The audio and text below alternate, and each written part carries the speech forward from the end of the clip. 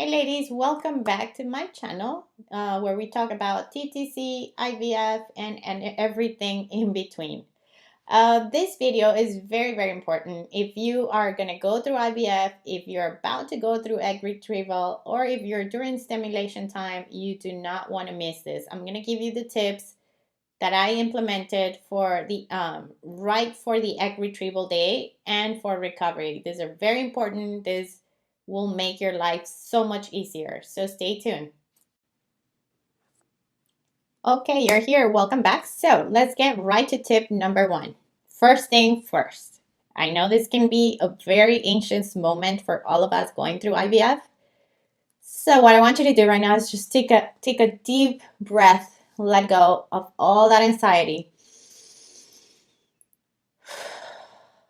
Just let it go. Like if you didn't have to go through it. Just relax. Let it out, right?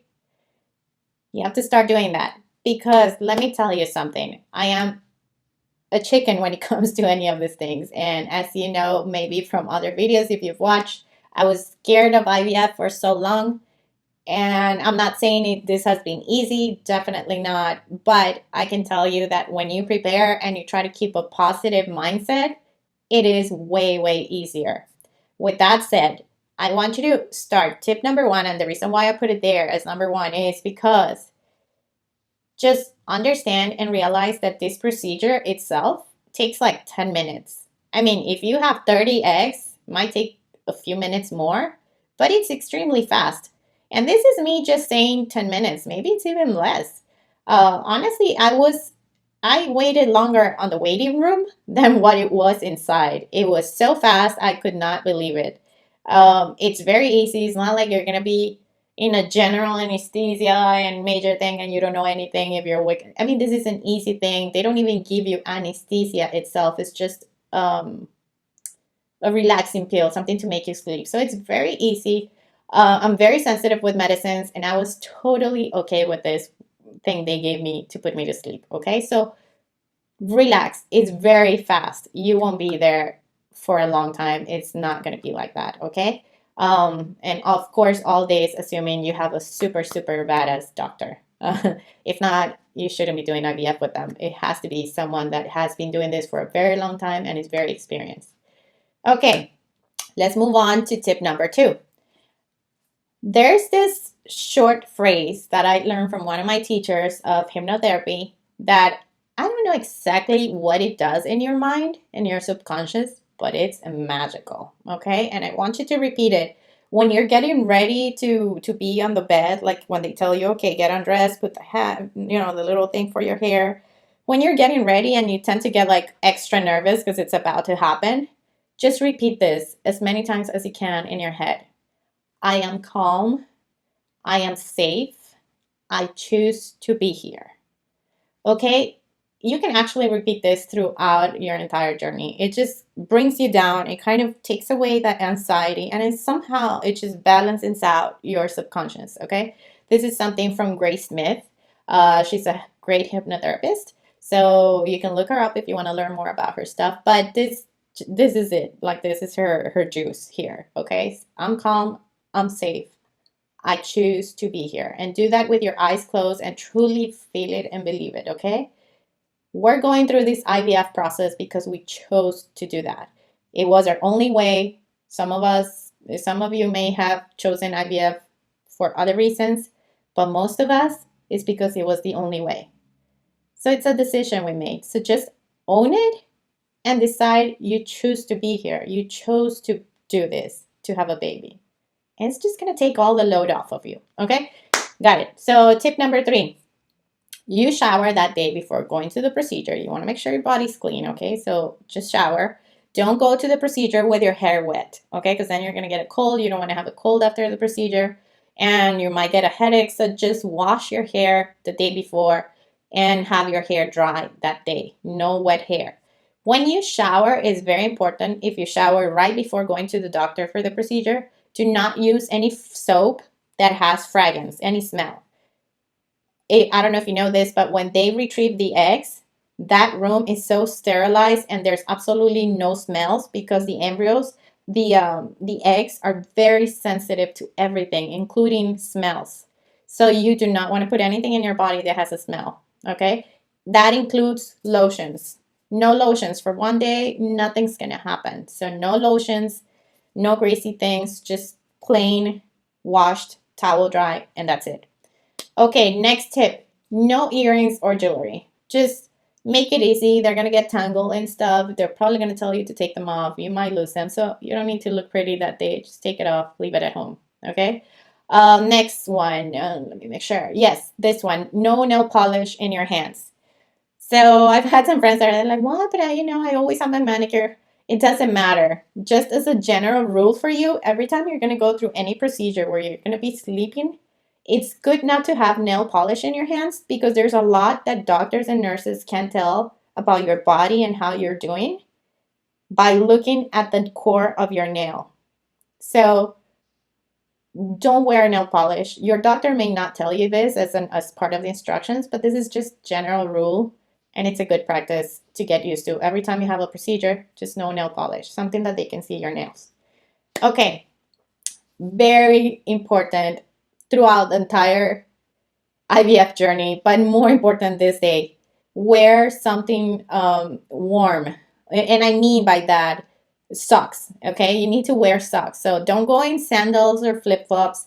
Wear socks that you can keep while you're sleeping. So they're gonna make you get undressed, only from the bottom down usually, or they'll give you a gown, but you're allowed to keep your socks. So keep your feet warm because it keeps your ovaries better, your little eggs better.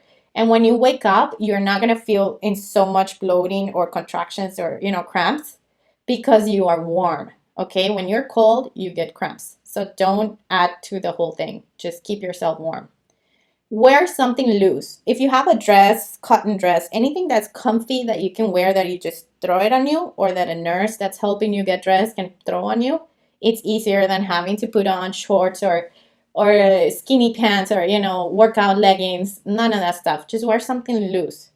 I hear so many stories of friends that left their house waiting for something. They were doing something and they were so stressed out on the way to the clinic because they thought they would not get there on time.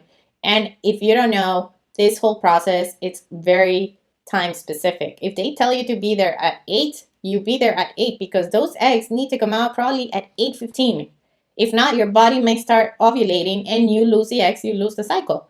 You do not want to play with timing here. So leave enough time so that you drive there with all the comfort and your husband can meet you there if it's at work or whatever timing it is, or he comes with you, but you guys have to leave there on time. So make sure you put gas in the car.